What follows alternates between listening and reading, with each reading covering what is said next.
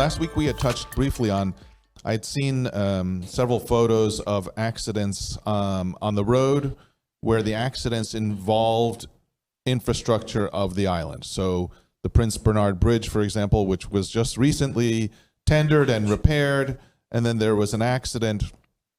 And I know from previous discussions that government has not gone after the insurance money that actually should be available. In other words, if that vehicle hit a private wall, a house with a wall of a private individual, that private individual normally would claim from the insurance company of the vehicle to repair the wall.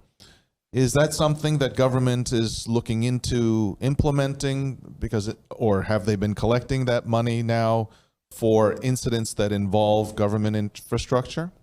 Well, unfortunately, I wasn't able to touch base with the Ministry of Rami to get a definite on it, but I'm sure because of who my finance minister is, any opportunity to collect, to defray the costs that are legally permissible is something that we would definitely follow up with. So I'm not sure. We have had that discussion within the Council of Ministers prior, so I would want to hope that we are following up on it in the execution part of it. And if I may, I'm looking at the time, just add one more announcement. I think it's important for the general public to know that Budget 2024 was finalized by the organization. I'd received its advice from the Council of Advice, and a further report had been prepared by the Ministry of Finance, and therefore we felt it important to have the new Parliament review this budget so that the new Parliament would be able to have their say. But it is important for us as a country to ensure that our budget is handled. That is a legal requirement. We are late with it because the 2023 one was amended late in December. And so based on that, the entire trajectory was pushed down. So this has been approved and has been forwarded on via the governor to the Parliament of St. Martin. So after all these trainings and orientation meetings, I am expecting that within short, the Chair of Parliament would make it possible for us to have the budget debate. So that would then be giving us a perspective of what is possible for 2024, as well as give the new members of Parliament the opportunity to have, their say as legislators in amending and approving the budget. So I just felt that that was important information to share to the general public, as it is part of the ongoing concerns and actually a legal requirement. Thank you, Prime Minister. Mr. Lee, you have one more question. So as a follow-up, actually, to your statement, how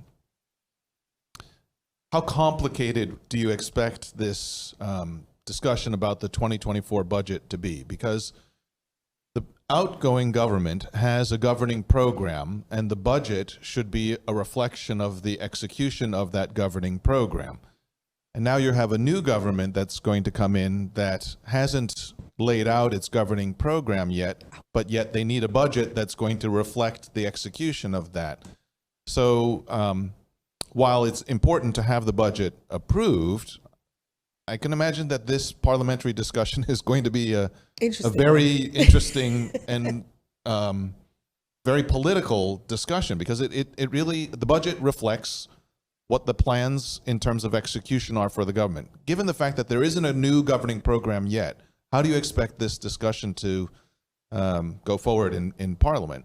I think on a policy and legislative perspective, I don't expect a lot of challenges, because if we looked at the informateurs report, there were not vast differences in policy and direction within any of the parties of St. Martin. So it basically said we should be on paper able to align in terms of what we want to see.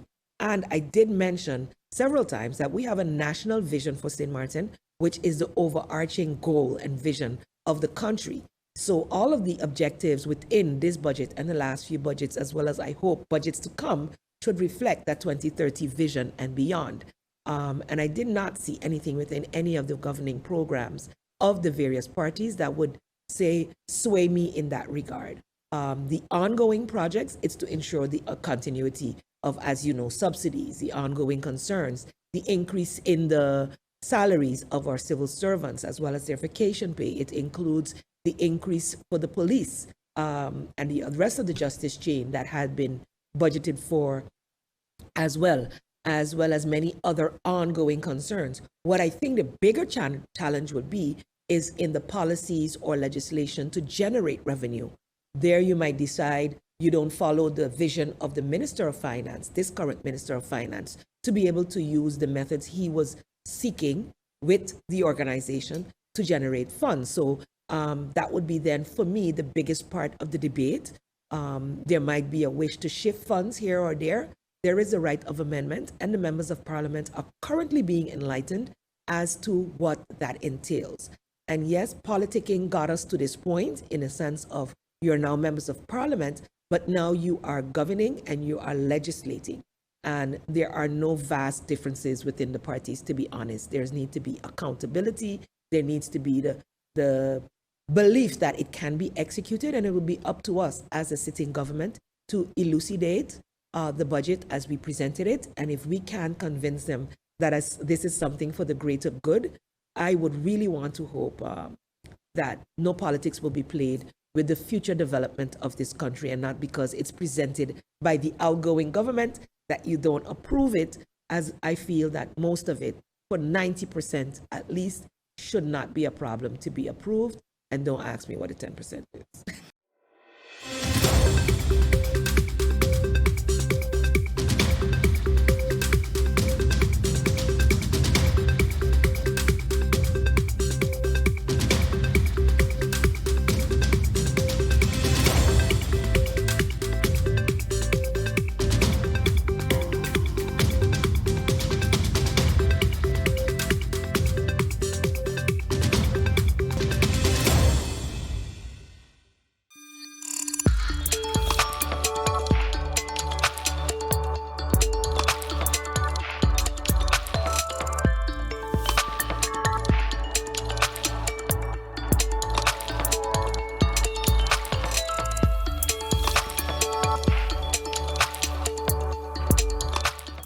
At RBC, we know the roles you have to play can change quickly. Whether it's a homeowner, a new parent, today's head chef, salesperson of the month, or the family chauffeur. Whatever life asks you to be,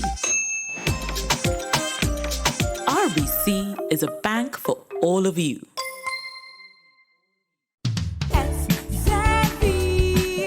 Social and health insurances.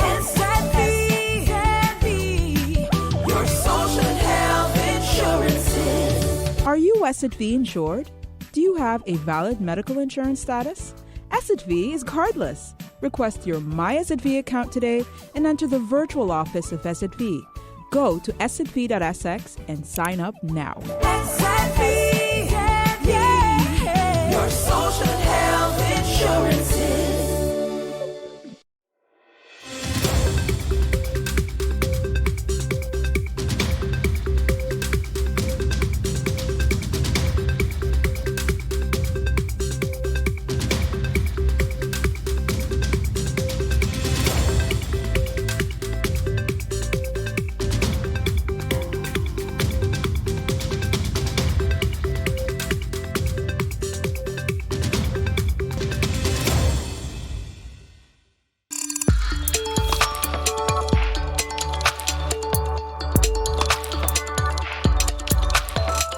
Minister, in the past 4 years, several people have died who, while in the care of government, starting with Colette Julien.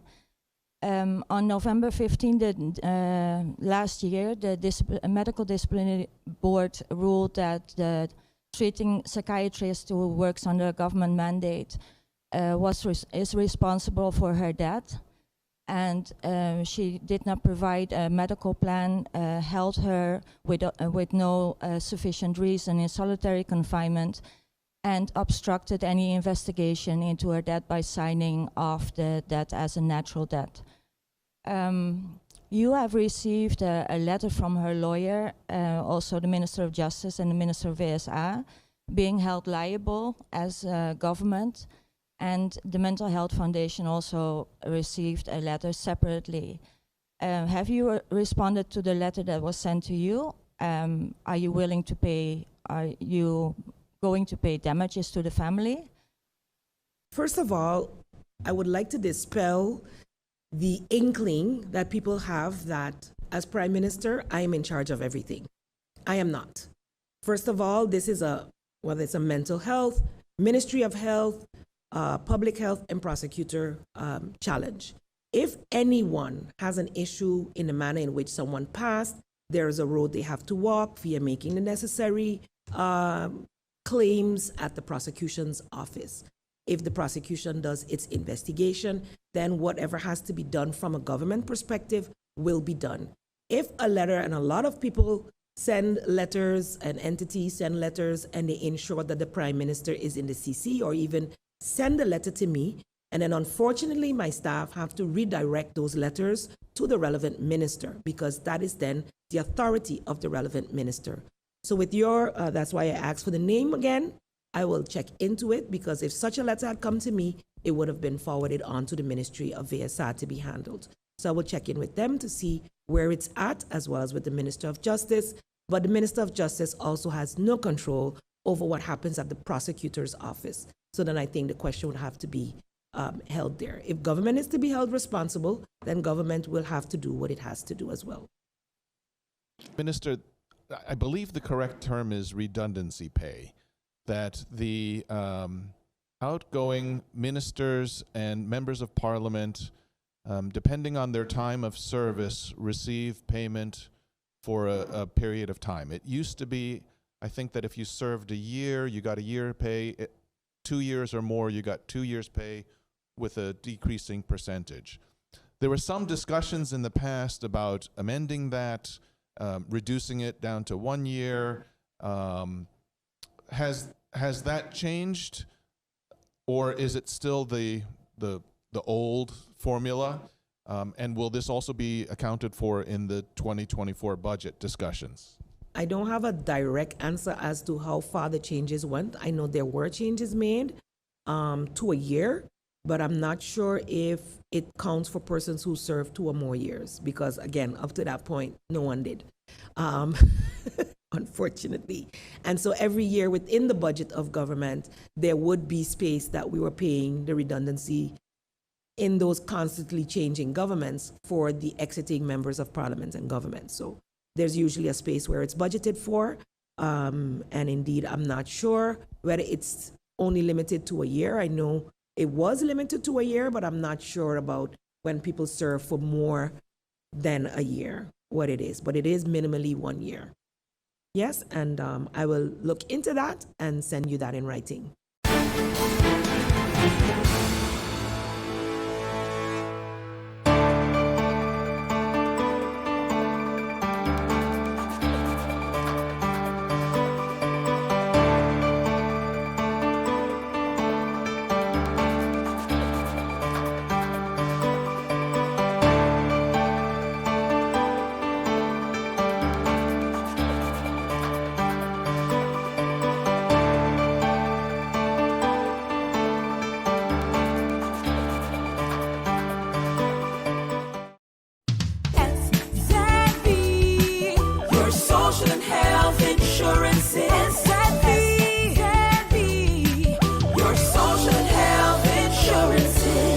Are you SXV insured?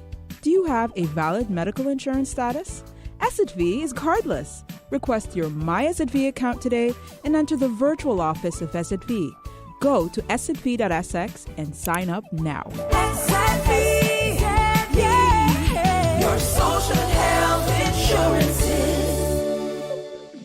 At RBC, we know the roles you have to play can change quickly. Whether it's a homeowner, a new parent, today's head chef, salesperson of the month, or the family chauffeur. Whatever life asks you to be, RBC is a bank for all of you.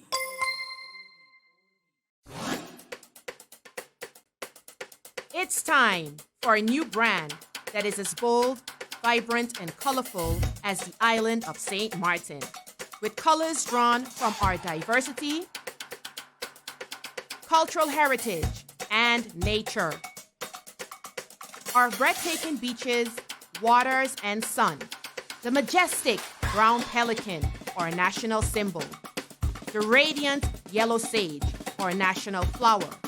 The historic border monument signifying the Dutch and French sides.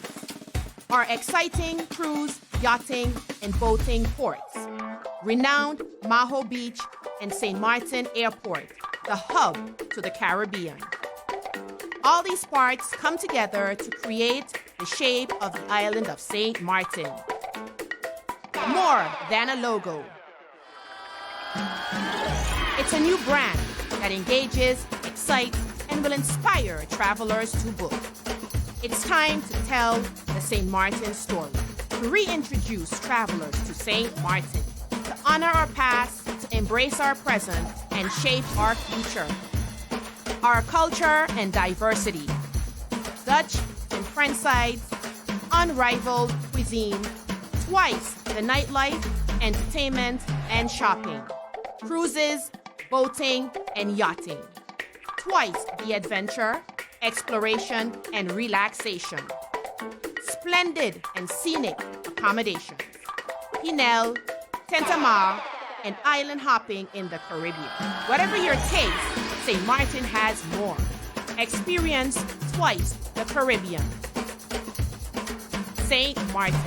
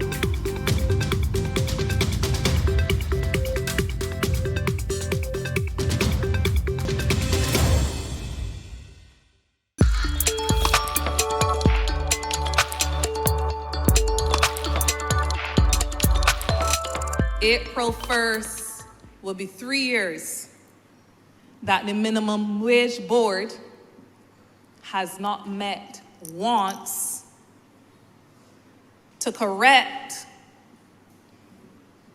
that minimum and bring that minimum closer to a point where we could feel proud that the thunderous applause we gave when that was passed is something that we would continue to make good on. The minimum wage has to be fixed. It was not good enough at $8.50 back in 2021, but it was recognized as a start. In 2024, the signal comes that if the minimum wage board can't meet for whatever reason, dismantle that and get a fresh minimum wage board that will deliver for the workers of this country. Workers being given short-term contracts for 3 months, Mr. Speaker. 6 months. And when they got to 9 months for an extension, the Employment Rights Act provision will be invoked and a break for the 42 days will be instituted to ensure that workers did not have the benefit of continuity of employment. I ask all honorable members in this chamber, and I ask all other persons, including management representatives and others outside of this chamber, if they were in that position, would they want to be treated the way that those workers would have been treated? We had agreements, Mr. Speaker, that no general manager, deputy general manager, or senior executive manager should be getting a service charge, Mr. Speaker. And that where in any establishment that there was a service charge, that a service charge committee shall be established to govern the transparency of, a big word for integrity of the points service charge system, Mr. Speaker. I recall the Barbados Workers Union at that meeting asking for an investigation into the issue of service charge being collected but not being paid over, Mr. Speaker. You cannot, on the one hand, say, I respect the rights of workers and I intend to treat them fairly, but when we try to put a normative basis in law to establish it, all of a sudden you want to run for the hills. It sounds to me, Mr. Speaker, that those people who say that they respect workers' rights and they support workers' rights and they want to ensure that they're treated fairly and with dignity, it sounds as though they're being most insincere. You can't, on the one hand, proclaim it, and then when the government seeks to embrace you in an effort to say, well, since you support it so much, let's make it a law. They want to say, no, we can't put it in law. We can't. Why not? Some have said that, oh, you are listening to Labour and you're giving Labour what they want. Mr. Speaker, we're not giving Labour what they want. We are giving the country what it needs. Decent jobs for decent, inclusive growth. And Mr. Speaker, this is not something that is alien to our philosophy as a party or alien to the philosophy of any of us who have grown up in the Barbados Labour Party. It is not alien. Because as we saw when universal adult suffrage came in this country, in 1951 the election was, in 1950 the legislation was passed. The first thing they set about doing was dealing with protection of wages. They then dealt with holidays with pay. There was no conflict of interest when it was Grantley Adams and Hugh Springer, two national heroes. There was no conflict of interest when it was Sir Grantley and Sir Frank. There was no conflict of interest when it was Mr. Barrow, the Right Excellent Harold Barrow, and Sir Frank. There was no conflict of interest when it was Tom Adams and O'Brien Trotman. There was no conflict of interest when it was Sir Lloyd Erskine Sandiford and Sir Roy Trotman, or Mr. Barrett and Sir Roy Trotman. How is it now that there's a conflict of interest that there's a female General Secretary and a female Prime Minister? Mr. Speaker, let it remain a conflict for the misogynists.